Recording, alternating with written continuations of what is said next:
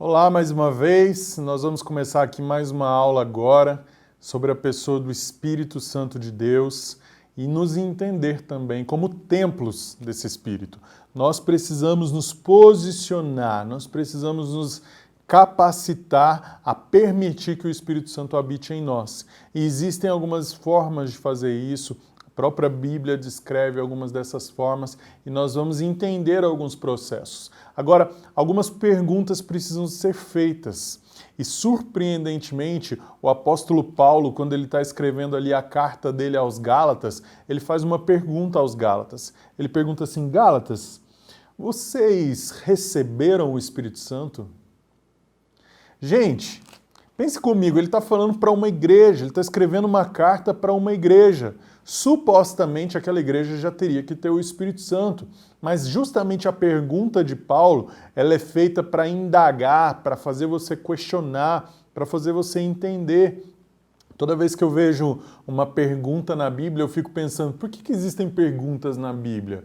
Por exemplo, quando Satanás reclama a vida de Jó e Deus está perguntando para Satanás, onde você estava? Como assim Deus está perguntando para Satanás? Aquela pergunta estava ali para eu e você entendermos. Então aqui também, por que vocês... A pergunta precisa ser encarada da mesma forma. Paulo perguntando, vocês receberam o Espírito Santo? Gente, ser cristão, entenda isso que eu estou falando. Ser cristão não significa fazer algo necessariamente, mas significa receber alguém. Ser cristão significa receber alguém, ser morada de alguém, né? Então o que acontece? O Espírito de Deus, ele é o doador da vida. Ele é o doador da vida, ele é literalmente o presente indispensável que nenhuma pessoa pode comprar, mas também ele é o presente que todo cristão deveria possuir. Se você é um cristão e não possui a presença do Espírito Santo, eu sinto muito em te dizer, mas na verdade você não é cristão, porque ainda você não recebeu aquele que você precisaria receber.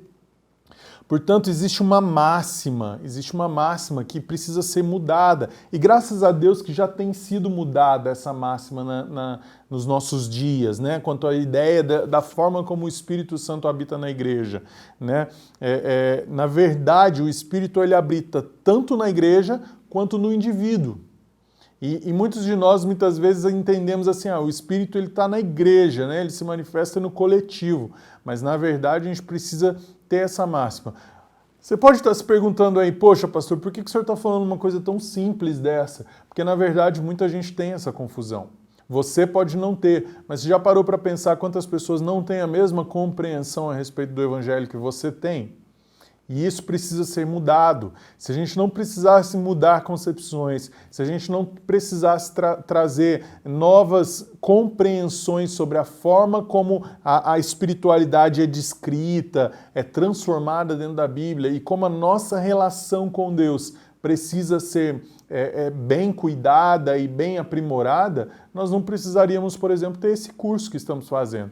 Mas graças a Deus que o próprio Senhor tem o interesse de nos alcançar nesse sentido. Então, essa máxima precisa ser derrubada, né? 1 Coríntios capítulo 6, no verso 19, vai dizer que os nossos corpos são templo onde o Espírito Santo habita.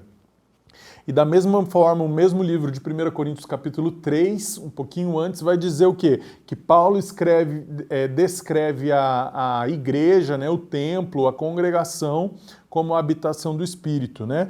E Efésios já vai confirmar isso dizendo assim, toda a escritura cresce e é ajustada para se tornar um santuário ao Senhor. Toda a estrutura cresce e é santificada para isso. Tanto a estrutura coletiva quanto a estrutura individual. Sendo assim, a gente conclui que a habitação do Espírito é tanto no indivíduo quanto no coletivo. Né? Se 2 ou 3 estiverem reunidos em meu nome, ali eu estarei. Mas como ali eu estarei? Pela pessoa do Espírito. O Espírito Santo está aqui conosco. Lembra que eu falei nas últimas aulas que o Espírito Santo é o Jesus dos nossos dias? Tenha isso em mente. O Espírito Santo está aqui e ele habita em nós e ele intercede dentro dos nossos corações em relação à vontade do Pai. A gente vai ver isso daqui a pouco nas funções do Espírito Santo, nas próximas aulas, quando a gente for falar das funções do Espírito Santo, mas entenda bem, uma das funções do Espírito é nos convencer que algo precisa ser mudado dentro de nós, que algo precisa ser tratado, trabalhado dentro de nós. E essa compreensão de mudança é que vai nos levar a um entendimento daquilo que nós precisamos viver com Deus ou não, né? E entenda o quão difícil era dizer isso na época dos Gálatas, por exemplo. Para o grego ou para o romano, a concepção de um espírito sendo uma pessoa que começa a partir de então a habitar dentro de você era completamente maluca. O grego não conseguia ter essa concepção, porque para ele eram universos completamente paralelos um ao outro. O universo espiritual é uma coisa e o meu universo com Deus aqui na Terra é outra coisa. Para o judeu, isso já era absurdo, era muito além da capacidade do judeu, porque o judeu tinha aquela mentalidade de Antigo Testamento, a mentalidade da lei, e a mentalidade da lei fala para ele o quê? O Espírito Santo entra em algumas pessoas, mas ele não vai habitar no nosso coração. Eu não vou de jeito nenhum ser morada do Espírito, de forma alguma. O Espírito Santo só alcança um ou outro, e na verdade o trabalho que houve, a necessidade que Paulo via ali era de mudar a cabeça, o entendimento das pessoas a respeito da pessoa do Espírito de Deus, né? E como então que o Espírito vai habitar dentro de nós? Como que o Espírito vai se revelar? Para a gente entender isso, a gente vai pensar um pouquinho a respeito do Espírito no Antigo Testamento. E eu falo com você sobre isso na próxima aula. Te vejo já já.